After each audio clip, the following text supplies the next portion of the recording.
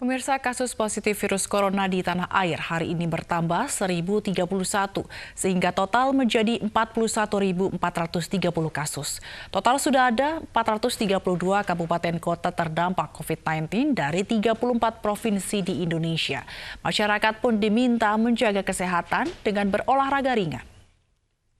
Hari ini ada 540 kasus yang dilaporkan sembuh, sehingga totalnya menjadi 16.243 kasus. Meninggal 45 orang sehingga totalnya menjadi 2.276 orang. Sudah 432 kabupaten kota di 34 provinsi yang terdampak COVID-19 ini. Dan kemudian kita masih melakukan pemantauan terhadap 42.714 orang ODP. Dan pengawasan pada pasien dalam pengawasan sebanyak 13.279 orang. Saudara-saudara, inilah pentingnya untuk menjadi pedoman kita bersama. Bahwa di dalam adaptasi kebiasaan yang baru, mengharuskan kita untuk menjamin diri kita masing-masing tidak tertular dari COVID-19 ini. Karena kalau kita aman dari COVID-19 karena perubahan kebiasaan kita menuju ke kebiasaan yang baru, kebiasaan yang selalu menjaga jarak, membiasakan untuk menjaga jarak dengan orang lain secara fisik, menghindari kerumunan, selalu menggunakan masker saat keluar rumah dengan cara yang benar, dan rajin mencuci tangan, maka kita akan bisa memutuskan rantai ini. Olahraga teratur merupakan salah satu cara untuk menjaga kesehatan kita. Tetapi, dalam masa pandemi seperti sekarang ini, olahraga yang disarankan oleh Badan Kesehatan Dunia WHO adalah olahraga dengan intensitas ringan hingga sedang. Olahraga yang berat tidak disarankan terlebih dahulu, karena pasca berolahraga, tubuh kita membutuhkan waktu untuk bisa kembali ke kondisi normal atau fit. Proses ini membutuhkan waktu yang lebih lama dibandingkan kalau kita berolahraga ringan. Dan hal ini akan membuat kita lebih beresiko terinfeksi. Tujuan berolahraga tentunya untuk menyehatkan badan kita. Tapi ingat, di masa pandemi ini terutama, perhatikan tingkat kebugaran dan resiko kesehatan kita. Ketika kita sudah memutuskan melakukan suatu jenis olahraga tertentu, maka pertama, pastikan unsur keamanan. Aman dari COVID-19 tentunya. Kalau kita merasa berolahraga di luar rumah itu tidak aman, karena banyak kerumunan orang atau wilayah kita sedang merebak wabah penyakit, maka sebaiknya tetaplah berolahraga di rumah saja. Banyak opsi yang dapat kita pilih untuk berolahraga di dalam rumah. Misalnya, dengan gerakan-gerakan tanpa alat seperti senam SKJ, Zumba, yoga, dan lain-lain. Atau menggunakan barang-barang yang bisa kita temukan di sekitar rumah, seperti memanfaatkan kursi, botol air minum, tangga, dan sebagainya. Kalau kita ingin berolahraga sambil melepas penat di luar rumah, ingat kembali unsur keamanan. Unsur keamanan adalah yang paling utama. Tentunya, keamanan di sini adalah berkaitan dengan penularan virus COVID-19. Kita tahu, kalau virus ini dapat menular melalui droplets atau percikan air liur. Maka, usahakan tetap jaga jarak aman dengan orang lain. Terutama kalau kita tidak bisa menggunakan masker ketika berolahraga. Padahal, protokol kesehatan utama kita kalau berada di ruang publik dan berdekatan dengan orang lain, kita wajib menggunakan masker. Dengan begitu, kita bisa kenali resiko diri sendiri dan kenali resiko lingkungan sekitar. Baru kita bisa memutuskan untuk berolahraga, menggunakan masker atau tidak ketika berada di luar rumah. Ingat kembali tujuan berolahraga. Tujuannya adalah untuk menyehatkan badan. Atau tujuannya berbeda, hanya karena ingin bertemu dan berkumpul dengan teman atau kerabat? Saudara-saudari, tolong ingat, praktikkan protokol kesehatan selalu, terutama ketika kita berada di luar rumah. Hindari kerumunan.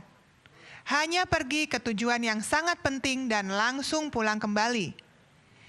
Olahraga jangan dijadikan alasan untuk berkumpul tanpa melaksanakan disiplin ketat dalam protokol kesehatan. Apabila tempat yang kita tuju untuk berolahraga ternyata cukup ramai dan padat, sebaiknya pertimbangkan untuk berolahraga di tempat lain. Apalagi jika tempat tersebut justru membuat kita tidak bisa menjaga jarak aman. Janganlah pulang membawa penyakit, padahal tujuan kita pergi adalah untuk sehat. Cucilah tangan dengan sabun dan air mengalir selama 20 detik sebelum dan sesudah melakukan kegiatan olahraga. Seluruh peralatan olahraga didisinfektan sebelum dan sesudah olahraga. Pasca meninggalnya tenaga medis akibat COVID-19, Dinas Kesehatan menggelar rapid test ke seluruh tenaga medis di Kabupaten Sampang, Jawa Timur. Dinas Kesehatan Sampang juga menutup sementara 3 puskesmas untuk mencegah penyebaran COVID-19 di kabupaten tersebut.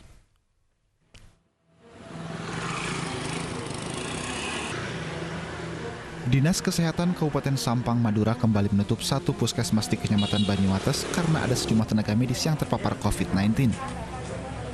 Untuk mencegah penyebaran COVID-19 di Kabupaten Sampang, Dinas Kesehatan menggelar rapid test ke seluruh tenaga medis yang berada di lingkungan Dinas Kesehatan Kabupaten Sampang. Ini sudah kita rencanakan ya, kita ingin benar-benar memutus ya pemerintah Kabupaten Sampang. Ingin memutus mata rantai penularan dan penyebaran COVID di Kabupaten Sampang. Salah satunya, ya ini sebagai informasi saja bahwa ada 3 kunci, ya tracing, testing, dan treatment, gitu ya. Nah, salah satu T itu sudah kita lakukan, ya. Kemudian untuk memperkuat, melakukan testing dengan melakukan rapid massal. Sebelumnya, Dinas Kesehatan Kabupaten Sampang menutup 2 puskesmas di Tambelangan dan Robatal. Penutupan tersebut dilakukan karena dokter di 2 puskesmas positif COVID-19 hingga meninggal dunia. Dari Kabupaten Sampang, Jawa Timur, Tikno Ari, iNews melaporkan. Ratusan warga negara Indonesia yang menjadi anak buah kapal pesiar MV Eurodam tiba di dermaga JICT Tanjung Priuk, Jakarta. Seluruh ABK akan dibawa ke salah satu hotel di Kemayoran, Jakarta untuk menjalani swab tes.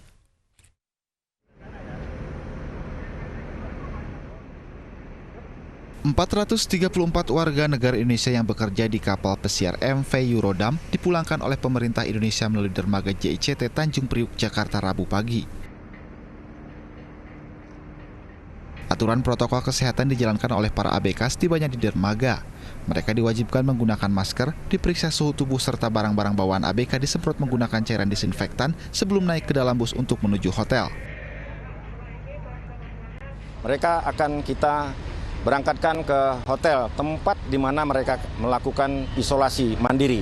Di sini nanti hari ini mereka akan dibawa ke hotel Mercure Kemayoran sebanyak 433 ABK. Kemudian di hotel mereka tetap melakukan standar COVID juga ya. Jadi protokol COVID tetap kita berlakukan. Mereka akan melaksanakan pemeriksaan swab di sana. Mudah-mudahan hasil swab selama 3-4 hari mereka sudah akan ada hasilnya. Itu yang akan dilaksanakan dari tim Satgas kita dari KKP. Total 870 ABK dipulangkan melalui 2 gelombang. Gelombang pertama dilakukan hari ini sebanyak 434 ABK dan 436 ABK lainnya akan dipulangkan pada Kamis besok. Seluruh ABK yang dinyatakan negatif akan dipulangkan ke kampung halamannya, sementara ABK yang positif akan dievakuasi ke Rumah Sakit Darurat Wisma Atlet. Dari Jakarta, Tim Liputan iNews melaporkan.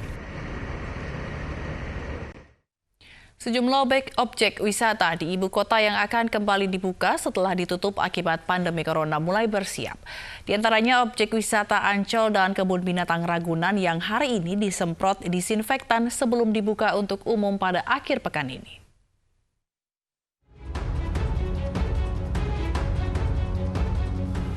Objek wisata Ancol di Jakarta Utara akan dibuka kembali pada Sabtu 20 Juni mendatang. Sebelum dibuka untuk umum, sebagian besar kawasan Ancol disemprot disinfektan di area publik yang berada di luar ruangan, seperti trotoar, jalanan, pantai, pos polisi, masjid, hingga tempat parkir. Penyemprotan disinfektan melibatkan 10 mobil pemadam kebakaran dengan personil 80 orang. Sementara area dalam sudah disemprot lebih dahulu secara berkala oleh pengelola. Untuk kegiatan ini memang kita lakukan sekali ini untuk outdoor, Karena menurut informasi dari pihak internal Ancol sudah melakukan, untuk yang indoor mereka melakukan secara mandiri. Akan tetapi nanti setelah dibuka dan juga mungkin melihat dari faktor risiko dari pengunjung, apabila memang diperlukan dilakukan disinfeksi kembali dari jajaran Gul Karmat Jakarta Utara, kita nyatakan siap. Karena memang salah satu tugas kami yang diberikan dalam gugus tugas COVID-19 sesuai dengan perintah gubernur adalah melakukan disinfeksi di semua area. Penyemprotan disinfektan juga diselenggarakan di Kebun Binatang Ragunan, Jakarta Selatan. Selain penyemprotan, pengelola juga memeriksa kesehatan satwa sebelum kebun binatang dibuka untuk umum. Nantinya ada protokol kesehatan yang ketat bagi pengunjung Taman Marga Satwa untuk mencegah penularan COVID-19.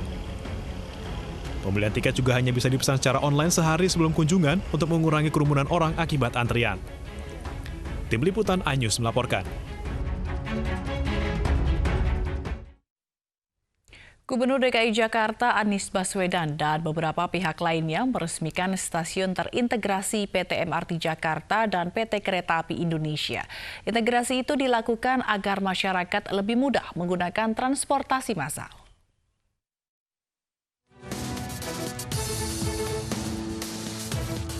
Gubernur DKI Jakarta Anies Baswedan bersama Menteri BUMN Erick Thohir dan Menteri Perhubungan Budi Karya Sumadi meresmikan stasiun terintegrasi PT MRT Jakarta dan PT Kereta Api Indonesia. Pada tahap awal, sebanyak 4 stasiun terpadu resmi beroperasi hari ini, yakni Stasiun Sudirman, Stasiun Tanah Abang, Stasiun Pasar Senen, dan Stasiun Juanda. Sementara 68 stasiun lainnya akan dioperasikan secara bertahap. Sistem integrasi menghubungkan antara stasiun KRL, stasiun MRT, stasiun bandara, Transjakarta, pos ojek daring, hingga angkutan umum. Karena itulah ada kata kunci di sini, integrasi. Transportasi umum massal yang terintegrasi akan bisa memudahkan masyarakat untuk berpindah dari kendaraan pribadi ke kendaraan umum, karena mereka bisa menggunakan kendaraan umum dari mana saja ke mana saja dan tersambungkan dengan mudah. Kata kuncinya adalah integrasi. Diharapkan dengan adanya konsep integrasi dapat mengurangi kemacetan serta meningkatkan pengguna transportasi umum dibandingkan kendaraan pribadi. Dari Jakarta, Dineka Utsiki, Edi Nugroho, Iriansyah, iNews melaporkan.